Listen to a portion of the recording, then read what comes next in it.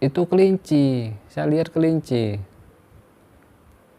Padahal kata Napek ini memang seorang indigo, dia bisa melihat barang-barang gaib atau jin-jin itu dia bisa melihat.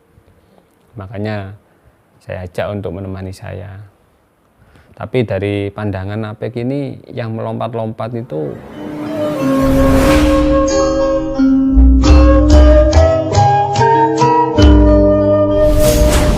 Assalamualaikum warahmatullahi wabarakatuh. Hadir bersama Sang Hyang, channel yang mengisahkan kisah alam semesta.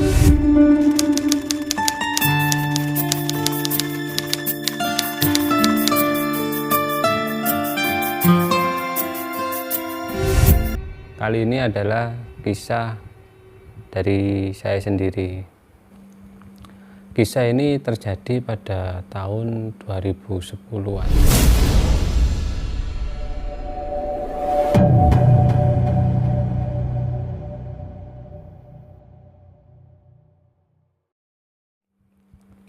Waktu itu saya bekerja di sebuah home industry yang bergerak di bidang sepatu. Di situ saya kenal seorang teman yang bernama Supri. Supri ini dari Jombang. Ketika berbincang-bincang, dia bercerita kalau di desanya, yakni di daerah Jombang, tepatnya di Dusun Tampingan,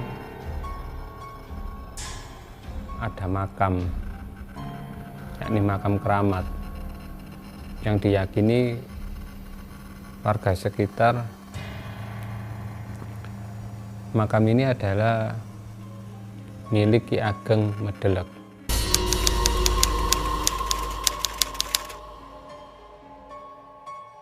Dan menurut kabar yang beredar, makam Medelek ini bisa untuk pesugihan dengan sarana nomor togel. Pernah ada kejadian ketika orang mencari nomor di makam tersebut, setelah dia dapat 4 angka, semuanya tembus. Tapi setelah mendapatkan uang itu, 3 hari kemudian dia meninggal. Karena memang mitos di situ kalau mencari nomor togel itu kalau kelihatan nomor itu warna hitam itu aman, jadi nggak apa-apa dipasang. Kalau mendapatkan uang dan tembus itu nggak masalah, nggak ada tumbal. Tapi kalau nomor yang keluar itu warna merah, itu jangan sekali-sekali untuk pasang, karena diyakini kalau yang wujud nomor itu warna merah, maka dipastikan jin di situ meminta tumbal nyawa. Bisa orang yang mencari nomor tersebut, bisa juga keluarganya. Konon sejarahnya makam Ki Ageng Medelek ini adalah seorang lurah. Karena memang waktu itu saya memang suka dengan berziarah ke makam wali atau makam keramat. Saya memang suka, penasaran. Makanya waktu dibilang Supri itu kalau di desanya ada makam Medelek yang keramat, dan banyak mitos yang berkembang tentang makam Medelek. Jadi saya punya keinginan untuk datang ke sana. Singkat cerita, waktu itu saya bersama teman saya, sebut saja namanya Napek. Waktu itu saya membawa motor dari Sidoarjo ke arah Jombang. Setelah tiba di Jombang, kira-kira pukul 9, saya ke rumahnya Supri. seperti biasa kita ngopi, ngobrol bareng. Sebenarnya malam itu saya mau langsung melihat ke makam Medelek, tapi kayaknya Supri nggak mau, dia takut. Akhirnya saya inisiatif, ya udah pagi hari aja kita ke sana. Soalnya saya memang penasaran. Sampailah pagi hari, saya minta ditunjukkan oleh Supri dan melihat makamnya. Ketika sampai di makam itu, Supri nggak berani, dia mengantar dari kejauhan. Karena memang saya bukan orang situ, saya sendirian sama teman saya Napek, nggak enak lama-lama di situ. Akhirnya saya cuma melihat aja, ya seperti kayak tumpukan batu itu, batu bata.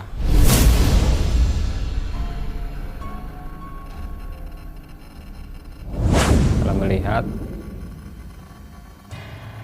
saya balik pulang ke rumah Supri. Ya udah Pri, ayo kita pulang aja ke rumah, kita ngopi-ngopi lagi.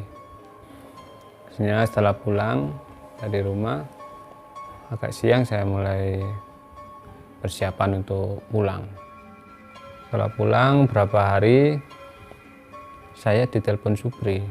Dia bilang sakit karena mendatangi makam Medelek tadi.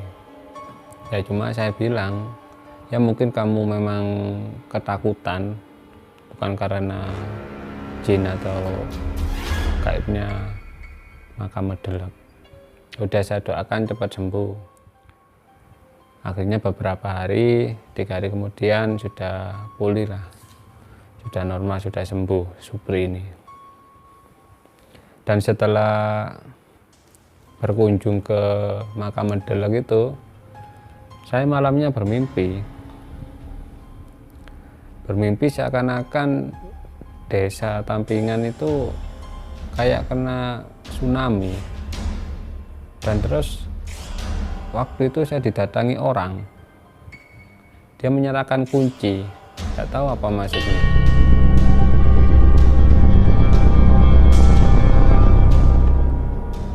Setelah mimpi itu, saya bilang ke Supri, Pri, saya setelah habis dari makam itu saya bermimpi. Jadi desa Tampingan itu kayak kena tsunami. Dan terus setelah itu saya didatangi orang, dikasih kunci. Dan waktu menyerahkan kunci itu kayaknya seperti ada tumpukan bata. Nggak tahu apa maksudnya. Setelah bilang itu ke Supri, dan kata Supri, coba saya tanyakan ke orang yang ngerti, kata Supri. Waktu itu Supri bilang, enaknya kamu kesini aja, Wan, dan tanya langsung kepada sesepuh desa ini apa maksud mimpi itu. Oh gitu ya, oke kalau gitu. Malam minggu besok saya ke situ lagi sama teman saya Napek. Singkat cerita, setelah sampai ke Jombang, ke tempatnya Supri, saya diajak ke sesepuh desa itu, sebut saja namanya Mbah. Ketika sampai di rumahnya Mbah, saya ceritakan mimpi tersebut. Dan dari penerawangan sesepuh itu, Mbah itu, saya ternyata dikasih gaman atau pusaka yang berupa keris Naga Sasra Luk 9. Jadi Mbah itu tahu, kerisnya juga tahu panjang segini, pokoknya Luk 9. Kalau kamu berani, kamu datang ke Punden Tampingan. Jadi di Punden itu ada sebuah makam, makamnya agak panjang. Jadi saya disuruh ke situ. Tapi kata Mbah, Kalau kamu ke situ jangan banyak orang, harus sendirian. 2 orang pun nggak boleh, harus sendiri. Bawa minyak misik atau zafaron, dan tepat jam 12 malam kamu harus datang ke situ. Sudah ditunggu sama orangnya, kata Mbak itu. Saya pun berpikir, mana mungkin saya berani di desa orang sendirian, sedangkan lokasinya ini saya benar nggak tahu. Karena hanya gambaran saja, kata si Mbak ini, punden ini terletak di tengah-tengah ladang jagung. Jadi ladang jagung itu di tengah-tengah ini ada sebuah pohon bambu atau barongan, jadi mengelilingi itu, dan di situ ada makam.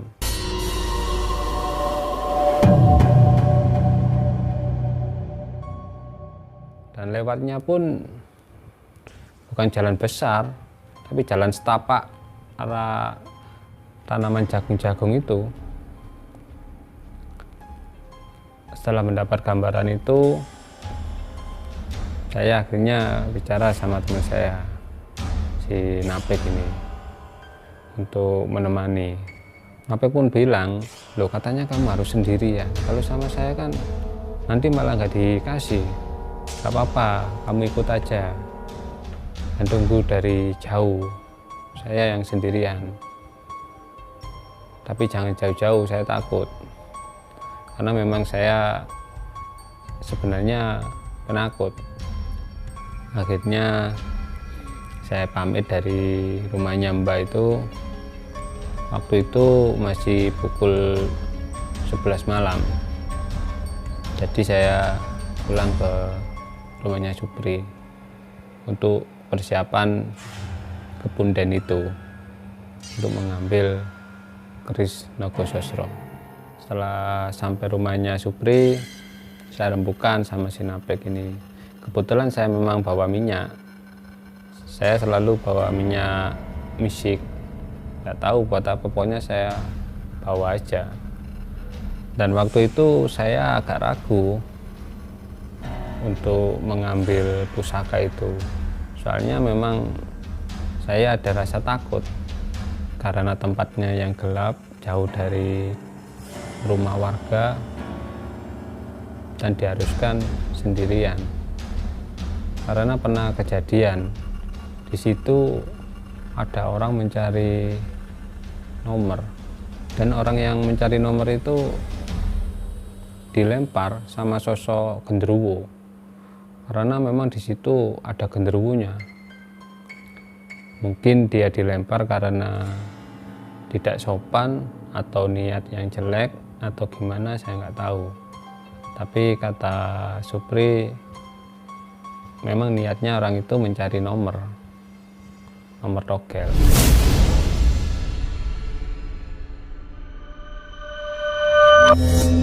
Makanya dari cerita Supri itu, kalau di situ ada genderuwonya, saya agak down. Tapi ada rasa semangat ketika temannya Supri ini bilang, kalau di situ ada pengacara yang berani membeli keris Nogososro ini seharga 300 juta. Di situ saya mulai semangat, wah lumayan ini, hanya mengambil keris dapat uang. Akhirnya saya nekat, ya udah, saya pergi ambil keris tersebut. Ayo Pik, temani saya.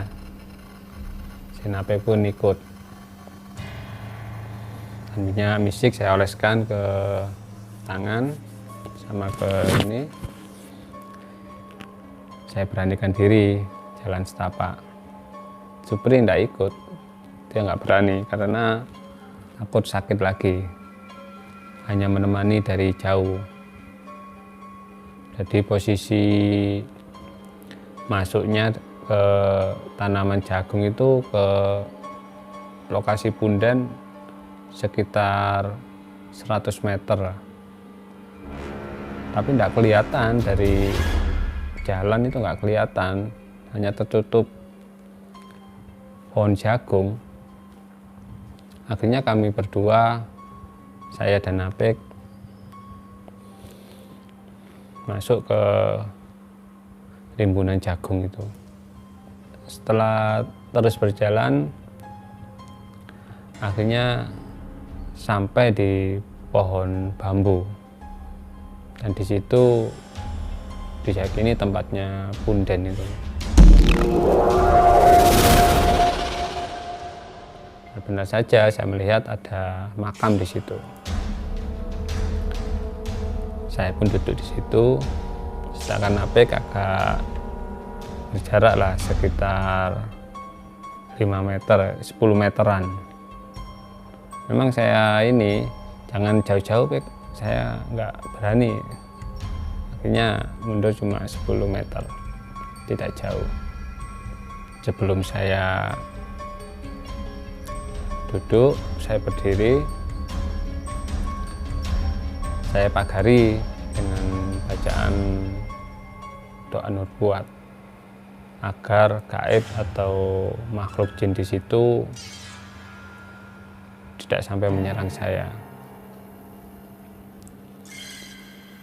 Setelah saya baca, saya berdoa, saya kirimi Fatihah, saya pun duduk diam sesuai arahan Mbah sampai datang di hadapan sebuah keris, maka langsung boleh diambil. Setelah lama menunggu sambil duduk bersila, saya melihat seekor kelinci. Jadi kelinci itu dari jauh itu melompat. Saya heran, malam-malam begini ada hewan kelinci. Itu kelinci milik siapa? Tapi warnanya putih, kelihatan dari jauh itu putih, dia meloncat-meloncat. Cuma kelinci, saya nggak takut. Saya tetap diam sambil menunggu keris datang. Kemudian saya melihat seekor kunang, seperti kunang tapi merah agak kekuning-kuningan. Dia terbang dari rendah, kemudian tambah tinggi, dia tambah tinggi, terus hilang.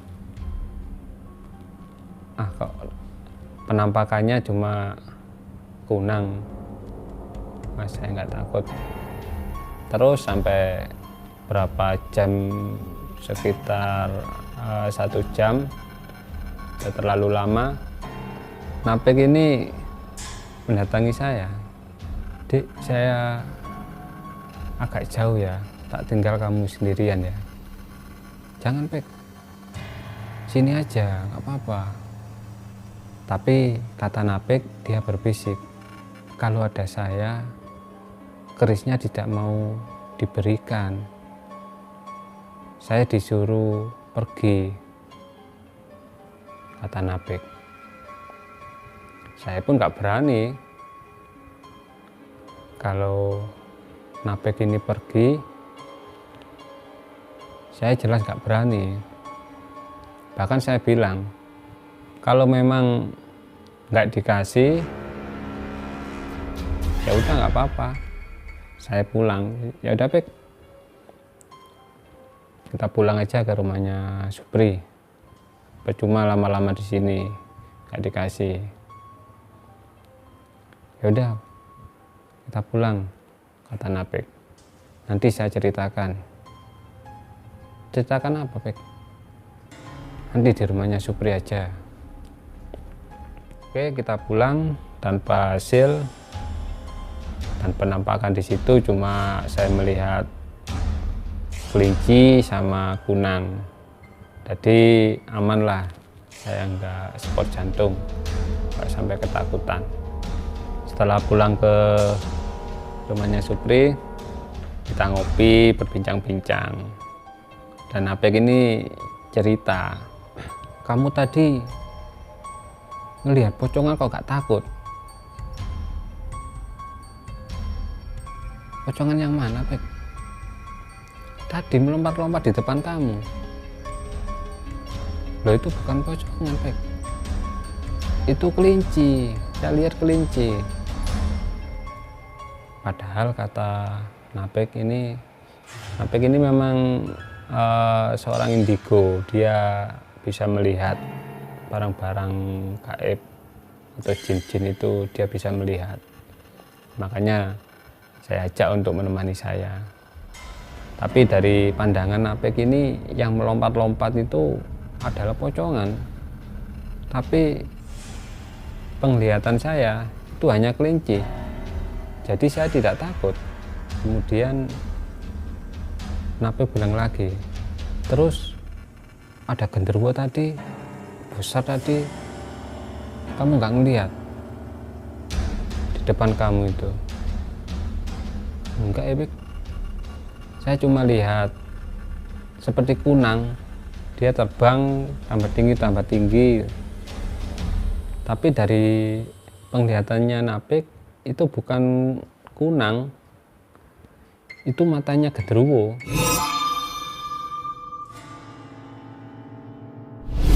Jadi dia proses dari kecil tambah besar sampai menembus rimbunan pohon bambu itu. Tapi saya nggak melihatnya, hanya melihat kunang. Jadi ya saya nggak takut. Akhirnya Apek ini heran, sebelumnya kamu baca apa? Saya bilang, memang badan saya pagari, doa nubuat. Oh, makanya, kata Apek itu. Jadi yang terlihat tidak menakutkan, kata Apek. Terus saya bilang ke Apek, terus kerisnya gimana, Apek, kok nggak dikasihkan? Kenapa? Tadi itu sudah datang seperti senopati, dia membawa keris di nampan ini, akan diberikan ke kamu. Dan dayang-dayangnya itu banyak. Ketika mau diberikan ke kamu, dia melihat saya, kata Apek. Dan senopati itu memarahi Apek, kamu jangan di situ. Jadi Apek ini disuruh pergi. Ketika senopati itu membawa keris mau memberikan ke saya ini, makanya waktu itu Apek bilang, saya mau pergi.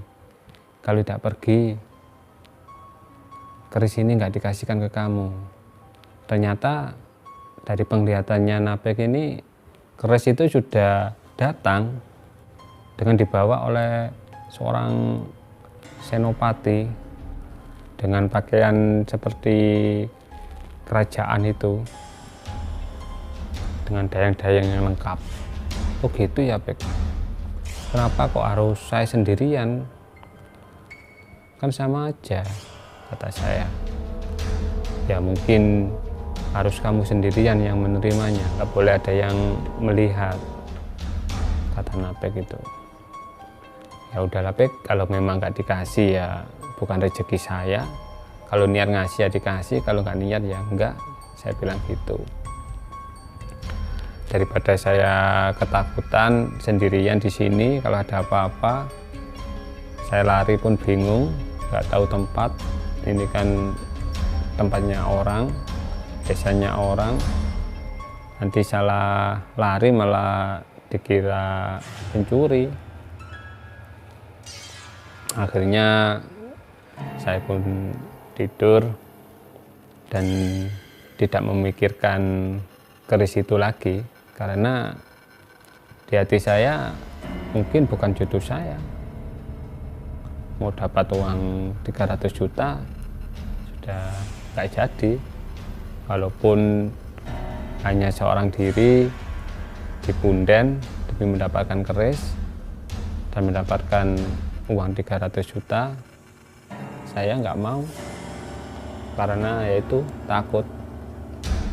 Setelah itu kami istirahat, tidur masih di rumahnya Supri.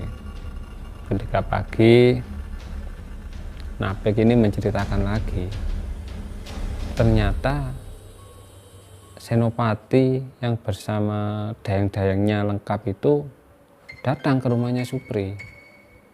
Dia masih membawa nampan. Di nampan itu sebuah keris Nogososro Luk 9. Dia masih menunggu,